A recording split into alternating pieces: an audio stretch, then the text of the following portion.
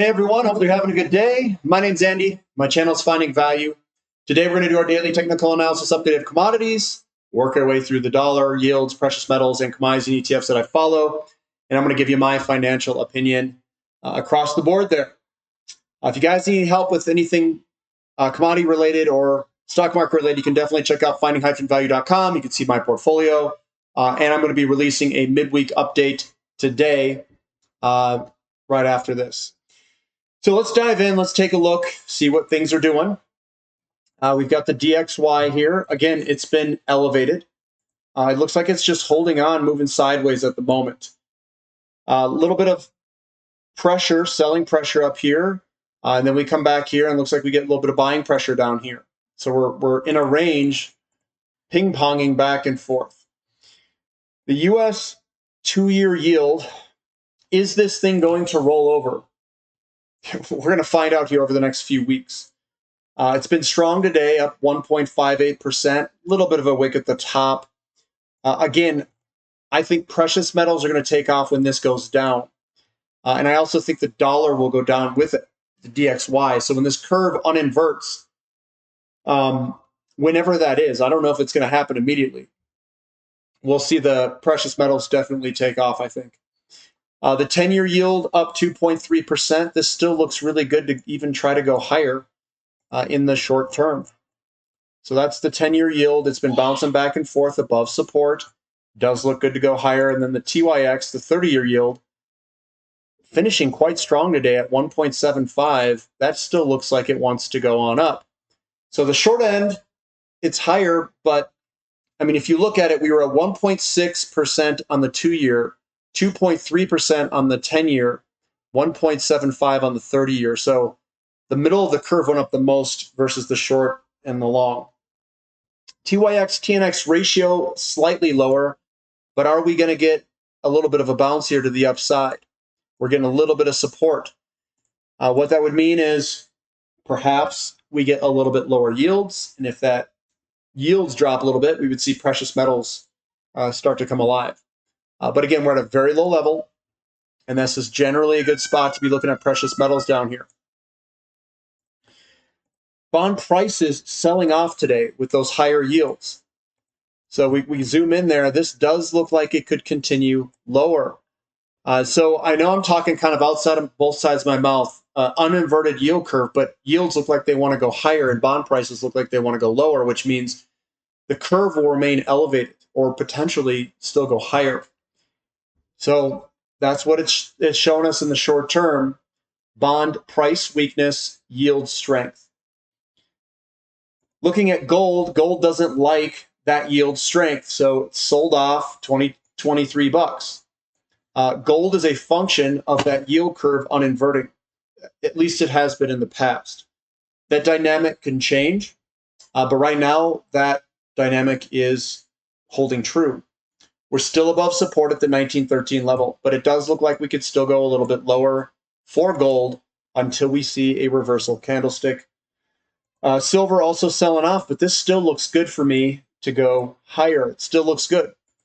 Again, I feel like gold, silver, and platinum are just hanging out. They're waiting for the right market conditions to take off.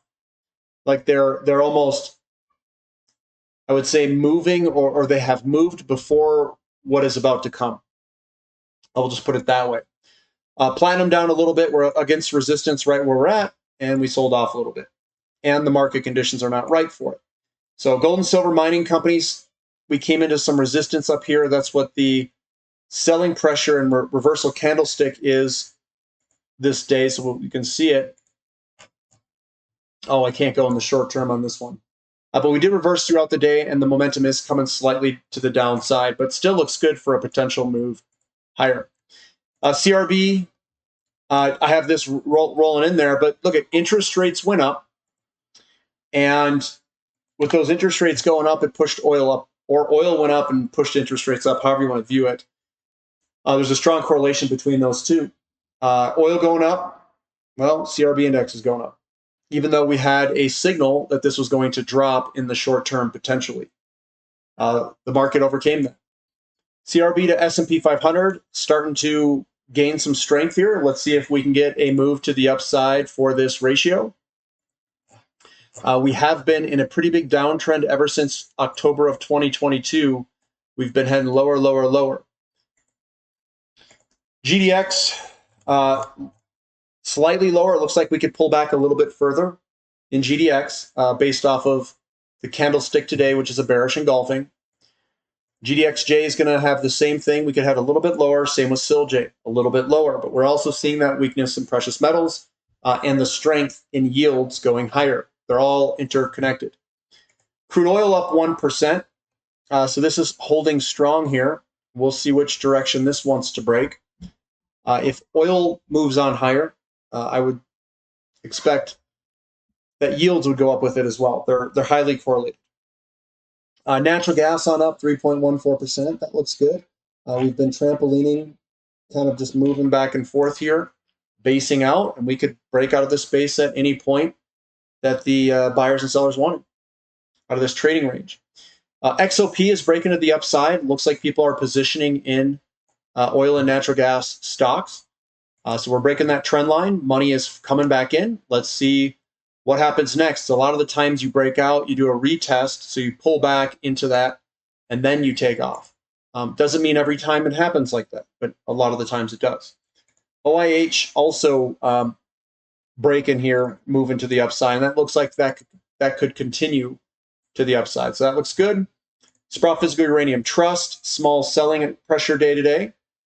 Looks like it didn't want to go and try to hit that 1815 level, so maybe we pull all the way back, rest a little bit before heading higher. URNM, small selling pressure day today. It does look like we could do a retest here, so that is a possibility there. And then URNJ, it's holding on quite well, just a small little down day, not a lot of selling pressure. Still holding on okay. TAN slightly lower. This still looks good to go higher, in my opinion. With the small down candlestick today, not much selling pressure. COPX still looks good to go higher. We did have a down day. It's a profit-taking day. We call that a bloody nose, is what I call it, which is a continuation pattern at the upside. Lithium also getting the bloody nose, continuation pattern to the upside, higher. And REMX getting the bloody nose, continuation pattern to the upside, higher. SPX. SPX getting a little bit of selling pressure. Again, these are small selling pressure days, guys, but we're above support, and we'll see if this either goes down or if it just rips it to the upside. NASDAQ. Okay, NASDAQ's getting a little bit more of a selling pressure day today. It doesn't like those higher interest rates. This could actually start to go lower with the bearish engulfing that we received today. That is a reversal candlestick. We zoom in on the 5-day. You can see we went to break out here. False breakout, and then we launched lower. So I do think that this will continue lower in the short term until we see another reversal point.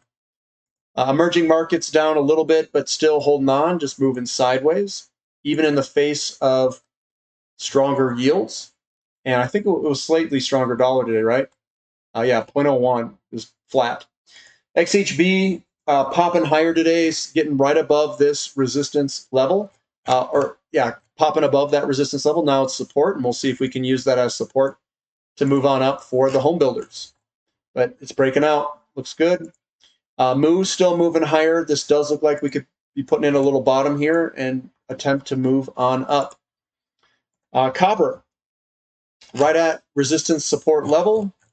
We've got a small down day right at that resistance line. So we'll see where that goes. Iron ore.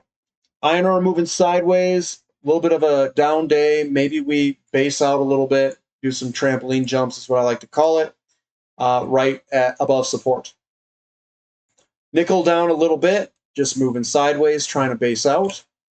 We've got aluminum slightly higher. This is also trying to base out in here. You can see we've got a pattern that looks like this. That is generally a corrective pattern. And we're going to try to base out here some point and then try to move on up.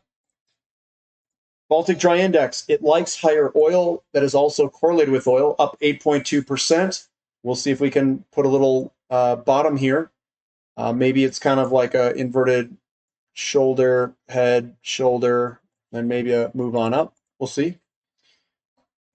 Newcastle coal futures, this still needs to base out. This has got some time, I think, before moving higher. It's got to base out. Ethereum, this guy's basing out from this strong selling pressure. So you can see we consolidated into the corner, broke out, and it looks like we're ready to move higher in Ethereum on a little bit longer time frame. Bitcoin, it is down today, but still looks good to go higher, in my opinion. Call that kind of like a bloody nose. But the buying and selling pressure is more equal in here. It's not all just buyers versus sellers. You'd see smaller down candlesticks if that was the case, but it still looks good to go on up. That's what we've got for today, guys. That's kind of the overall market that I'm seeing. Oil looking okay. Natural gas still basing out. A lot of stuff still, I think, needs to base out. Higher interest rates, that's kind of, I would say, the most important thing today is increasing interest rates. Increasing interest rates puts pressure on NASDAQ and those types of growth stocks. If yields continue higher, it will continue to put that pressure on the NASDAQ. Generally speaking, higher interest rates and higher oil prices go together. And there's other inflation-sensitive assets that also do well. And I'll talk about that during the midweek update and what I'm seeing in the individual stocks on the website. So give me a thumb up for the content, subscribe to the channel, subscribe to the website if you'd like, join our community, use the word discount in the coupon code. And we've got a Saturday, 7 a.m. Mountain Standard Time question and answer session coming this weekend. All right, guys, we'll catch you later. This is Finding Value.